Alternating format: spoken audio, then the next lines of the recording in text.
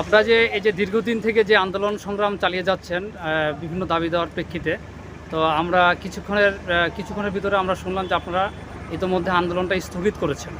তো আপনারা কী কারণে আন্দোলনটা স্থগিত করেছেন এবং আপনাদের কি দাবি দেওয়া ছিল সেই বিষয়গুলো যদি একটু গণমাধ্যমে তুলে ধরতেন। আচ্ছা, আমাদের মোট 15টা দাবি ছিল। 15টা দাবির মধ্যে আমাদের ফিনান্সিয়াল দাবি ছাড়া বাকি যে দাবিগুলো ছিল সেটা তারা পূরণ করেছে।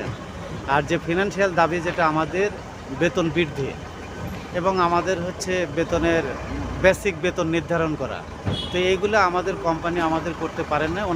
ওনারা আমাদের কাছে সময় নিয়েছিলেন 25 তারিখ পর্যন্ত। আজকেও তারা সময় দিতে পারেন নাই বলে তারা আমাদেরকে সাধারণ ছুটি ঘোষণা করেছেন।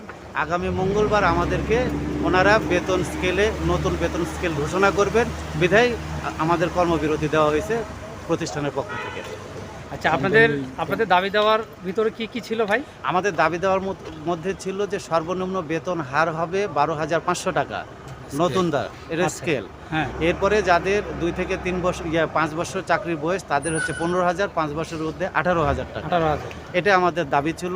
এরপরে ছিল গ্র্যাচুইটি, হ্যাঁ, তারপরে প্রফিট বোনাস, ইনসেনটিভ, নাইট এবং হাজিরা বোনাস ছিল। একটা হলো বেসিক আর একটা হলো আমাদের বেসিকভাবে ওভারটাইম দেওয়া আর কি। বেসিক সেটা 60%, 65% হওয়ার কথা ছিল, কিন্তু ইনারা আমাদেরকে বেসিক দিত 50% বেতনের। তো সেটা ওনারা বলছে যে ওটাও করবে। এবং আজকে নতুন দাবি উত্থাপন হয়েছে। আমাদের যে সাবেক জিএম সাহেব ছিল হরজত আলী, ওনার উপর অনেক শ্রমিকের ক্ষোভ থাকার কারণে এক সময় এসে এটাও একটা দাবিতে পরিণত হয়েছে। উনি সব বিষয় নিয়ে কোণঠাসা করে রাখতো বা উনি লেজু করে নেওয়ার চিন্তাভাবনা ছিল সব কাজ। কিন্তু ওনার এই বিশ্বস্ততা হারানোর কারণে আজকে ম্যানেজমেন্ট বিশ্বস্ততা হারাই ফেলছে, যার কারণে আজকে এত সময় লাগছে। তো উনি রিজাইন দিয়ে নাকি আমরা ইতিমধ্যে শুনছি ওনার পদত্যাগ হয়েছে। এত দ্বারা প্রাণ এগ্রো লিমিটেড কর্মরত সকল শ্রমিক কর্মচারী এবং কর্মকর্তাদের অবগতির জন্য জানানো যাচ্ছে যে আগামী 28/9/2024 হইতে 30/9/2024 তারিখ পর্যন্ত কারখানা সকল কার্যক্রম বন্ধ থাকবে।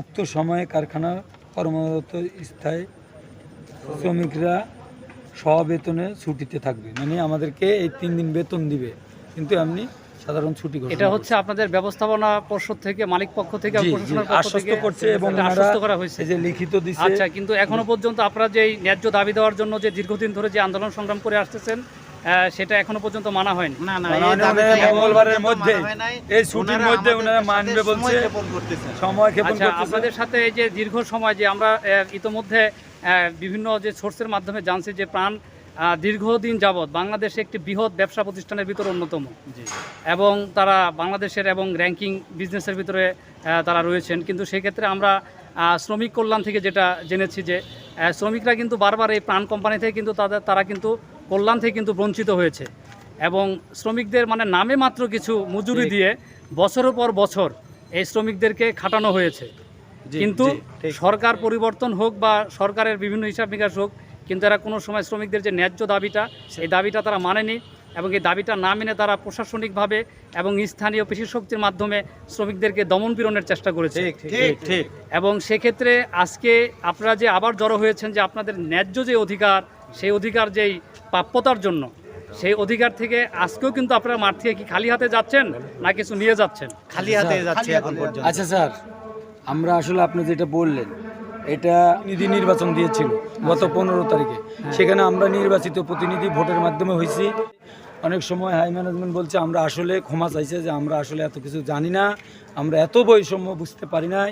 আপনাদের এগুলো বিষয় আমরা অবশ্যই বিবেচনা করব, এবং বিগত দিনে আপনারা যেই বাংলাদেশে বসবাস করছেন, আগামীর বাংলাদেশ সেই বাংলাদেশ নয়।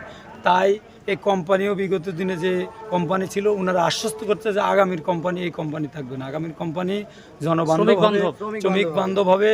এবং ওনারা আমাদেরকে রুলস দেখাইছে, সরকারি রুলস যেটা দেখাইছে সর্বনিম্ন স্কেল সেটা দেয়। যদি টাকাটা দিয়েছিলাম, সেনাবাহিনীর যে টিম আসছিল, যে প্রধান ছিল, ওনারা আমাদেরকে আশ্বস্ত করছে, নাম্বার দিয়ে গেছে যদি আপনাদেরকে এরকম হয়রানি করে, এসপি স্যারও বলছে আমাদের সাথে যোগাযোগ করেন, ইনশাল্লাহ আপনাদেরকে আমরা সহযোগিতা করব। প্রশাসনিকভাবে সকল ধরনের সহযোগিতা দেওয়ার আশ্বস্ত করা হয়েছে আপনাদের সহযোগিতায়, প্রশাসনের সহযোগিতায়, আমাদের সহকর্মী ভাই বোনদের সহযোগিতায়, এজনকে সকলকে আমার পক্ষ থেকে শ্রমিক প্রতিনিধি ভাইদের পক্ষ থেকে আমি আপনাদের সাংবাদিক ভাইদেরকেও ধন্যবাদ জানাই, প্রশাসনের ভাইদেরকেও ধন্যবাদ জানাই, আমাদের সহকর্মী ভাইদেরকেও ধন্যবাদ জানাই সুশৃঙ্খলভাবে আন্দোলন করার জন্য।